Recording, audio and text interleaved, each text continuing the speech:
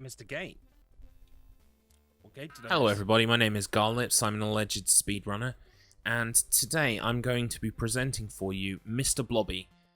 For anyone who doesn't know, Mr. Blobby was a group psychosis from the early 90s in Britain.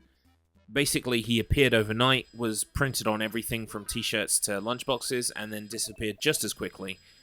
He's a pink, weird, homunculus guy. He's associated with gunging people and cream pies and all that kind of stuff. Sort of like 90s television slapstick. He's kind of beloved and having a resurgence in the UK right now, because everyone who was about child age when he existed, so to speak, is now a grown-up, and so, you know, he's been showing up on lots of comedy programs and things like Taskmaster and stuff like that.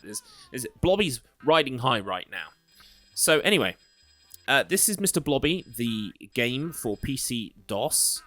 Came out in 1994 by Millennium Software. It's a reskin of a game called Troll Island, or Troll Rainbow Islands, or something like that. Basically, it's the exact same game, almost down to the same levels, but it's got a Mr. Blobby reskin just in time for the Christmas holidays 1994. How cynical can you get? Anyway, this is Mr. Blobby.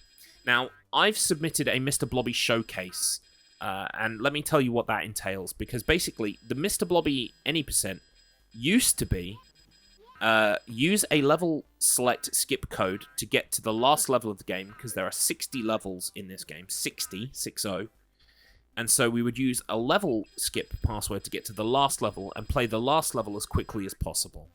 In Mr. Blobby, your goal is to paint the level, specifically these series of ladders and platforms. When you color them in, they create what's called a gate. Well, we call them gates anyway, and you want to color in all of the gates, and then the level will end. There's also an added mechanic of being able to throw cream pies at enemies. If you throw a cream pie at an enemy, and then you touch the enemy, they will be neutralized. But if you do not throw a cream pie at them, they will hurt you if you touch them. And the rest of the stuff is just guff that you can collect for score and things like that. There are edible items that give you power-ups and also give you score. And there's a mechanic where once you complete the level, they give you a bit of time where you have to collect the rest of the stuff. And if you don't, it eventually times out after half a minute, sorry. So the goal here is to complete the level as quickly as possible by coloring in all this stuff, collecting all of the edible items and using them so that the game doesn't throw you extra 30 seconds at the end of the level. And also, we take an intentional death because one of those items that we need to use is an item that gives you a life back. So we take an intentional death so that we can grab that item and get the life back. Otherwise, it takes time away from the run and makes it last longer. So that's what we do, or that's what we used to do. But now the any percent has been completely broken, and the game's any percent only takes about 30 seconds to do, which is using the password to skip to this level, and then using a very particular combination of items to essentially force the game to send you to a bonus level that takes about 20 seconds, and then you complete the game. So, all in all, the any percent now is kind of too short to be able to show off at a marathon in any capacity. So what I like to suggest is that I will show the old any percent, which is what you're seeing right now. It's called any percent creamless, because we use an ice cream and an apple as the items that we use to manipulate to get to the bonus stage that I was talking about. So this is creamless because we're not using that skill or tactic. And so I would show off this. I would then show off the any percent to show just how much of a stark contrast there is between this and the any percent. The any percent is fairly replicable. I can usually do it first time, but if I can't, it might take 2 or 3 times. But because it only takes about 30 seconds, you can imagine that doesn't take an awful lot of time in a marathon setting. And then, if there is time left over, or even, you know, as a potential incentive for the speedrun marathon, I can also perform the any percent blindfolded. So it would be an added kind of feature that we would do the creamless, then we would do the any percent, then we would do any percent blindfolded, just to show how silly this game is and how quickly it can be utterly destroyed. So those are your options, and even with all 3 of those runs, the projection still comes in at 20 minutes, and that's with some added cushioning time for waffle from me and whoever I've got roped into couching with me, and also, of course, in case the any percent goes wrong a couple of times, which is good cushioning to have, I think, just in case. Whenever I'm submitting something for Marathon, I always want to have safe strats just in case something goes wrong or something's a bit dodgy. So you can see there I've taken my intentional death. This returns you to the Blobby house, and whoever you were playing as becomes asleep, and the clock will just replace a person and stop them from sleeping. So this puts you back in the level, and now I just need to finish up the rest of the gates and complete the level, and it'll be done.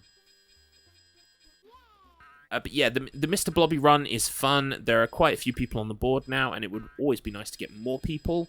The game is abandonware, so literally anyone can play it, and the fastest method to play the game is to emulate it in RetroArch. So we use RetroArch, their DOS games or DOSBox module, and that's a really good, easy way of newcomers getting into the game as well, which is nice. Probably on couch, I've got for this, maybe Mr. Matt Internet. Certainly Handsome Strife is a runner of this game. Probably try to get him on the couch as well.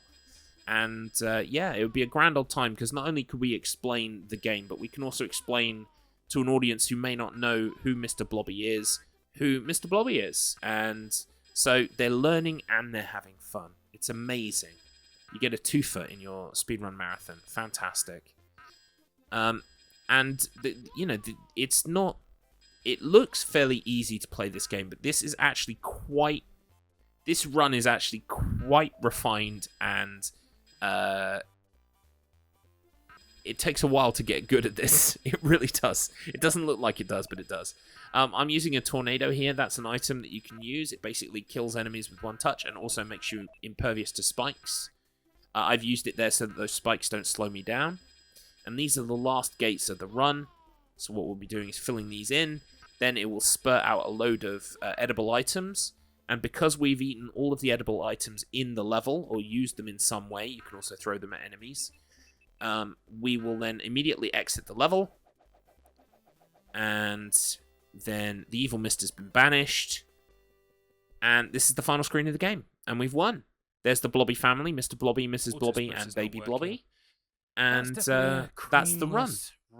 So even with a 7 to 9 minute creamless, it's not a 1 to 2 minute any percent, and a 2 to 3 minute blindfolded any percent, you can still see how easily that falls under the 20-minute window. But don't worry, we will fill the 20-minute window, even if we have to do a little bit of waffle about Mr. Blobby and who he is and what he represents for Britain, I guess.